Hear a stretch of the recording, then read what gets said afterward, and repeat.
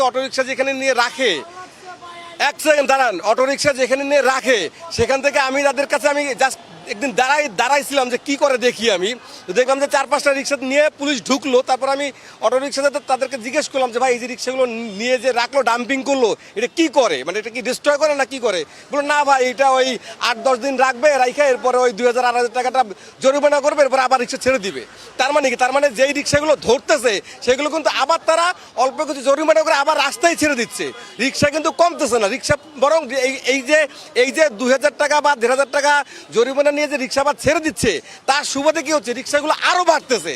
যে সে বুঝতেছে যে আমার রিক্সাটা যে ডাম্পিং করলো, তার মানে আমার রিক্সাটা একেবারেই বাজেয়াপ্ত করলো না। আমার রিক্সা চাইলে আমি আবার 1000 টাকা 2000 টাকা দিয়ে আমি আবার ছাড়াই নিয়ে আসতে পারবো।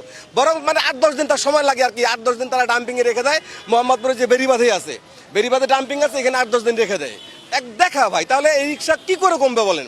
এই রিক্সা, অটো রিক্সা এটা কমা সম্ভব না, এটা পারবে না কমাইতে। এখন সিটি কর্পোরেশন যেটা করতেছে যে তারা আবার বলতেছে তারা সিটি কর্পোরেশনের আওতায় নিয়ে আসবে। সিটি কর্পোরেশনের আওতায় নিয়ে আসলেও তার থেকে রিক্সা কি কমতেছে? রিক্সা কিন্তু একটাও কমতেছে না। বরং যখন সিটি কর্পোরেশন যখন বলবে যে ঠিক আছে আমাদেরকে একটা ট্যাক্স দিতে হবে বা আমরা আপনাদেরকে একটা লাইসেন্স দিব, তখন কিন্তু দেখেন যে এই যে ফুটপাতে যখন বললো যে লাইসেন্স দিবে, ফুটপাতে যে করে দোকান ছিল তার ডাবল হয়ে গেছে দোকান, কারণ সেটা লাইসেন্স পেয়ে গেছে।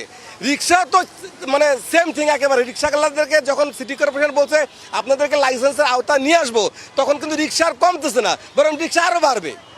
এবং একটা লাইসেন্স দিয়ে এর আগে যেমন আমরা দেখছি যে মানে আগে যখন রিক্সাগুলো ছিল আপনারা দেখছেন যে রিক্সা একটা লাইসেন্স দিয়ে 8টা-10টা রিক্সা চলছে। সেম তো যখন লাইসেন্সটা আবার দেবে তখন দেখা যাবে রিক্সার ওই লাইসেন্স একটা, কিন্তু ওই 1 নম্বরে এই রিক্সা চলতেছে 10টা-20টা।